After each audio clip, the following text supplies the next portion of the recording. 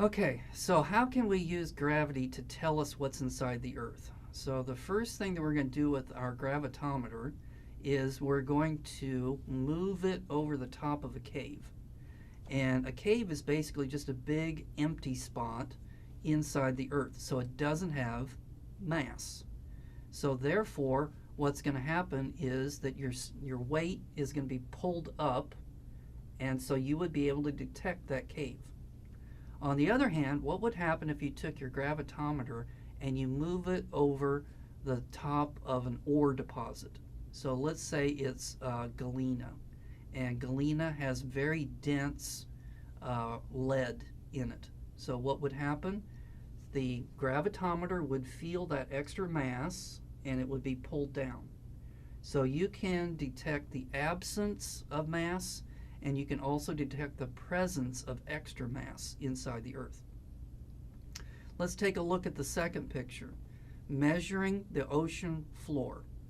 Okay, so you can't see the ocean floor because the water is in the way, but you can take your gravitometer and move it across the ocean floor, and when it gets to a mountain, so you see how the mountain is built up, well, that mountain is going to be composed of, let's say, basalt, which is a dense rock.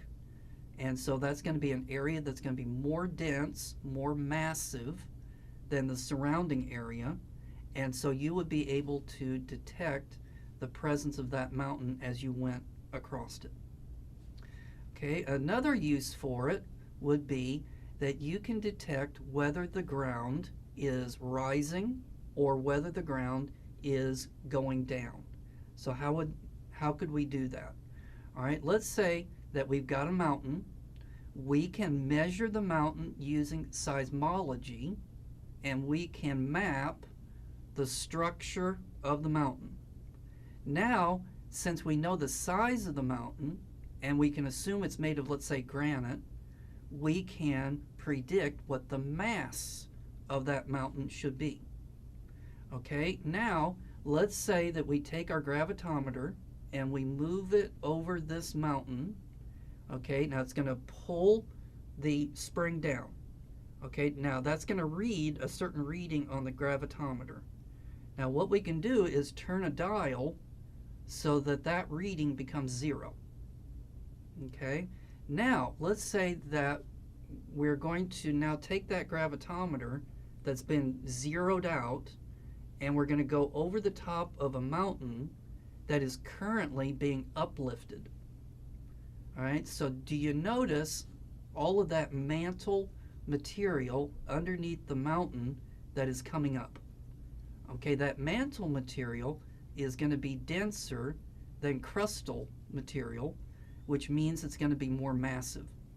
So then that means that the weight is going to be pulled down towards that mantle, and we're going to get a reading on the gravitometer, and that's going to be a positive anomaly reading. And so if you get a positive one, that must mean that material is coming up. On the other hand, look at the next picture, which is subsidence. So the ground is dropping, and look at where the mantle is.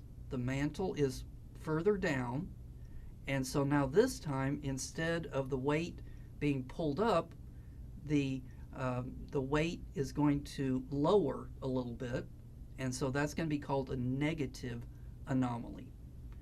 So this is pretty interesting that not only can we identify things that are under the ground, but now by using this technique, we can figure out whether the ground is going up or the ground is going down.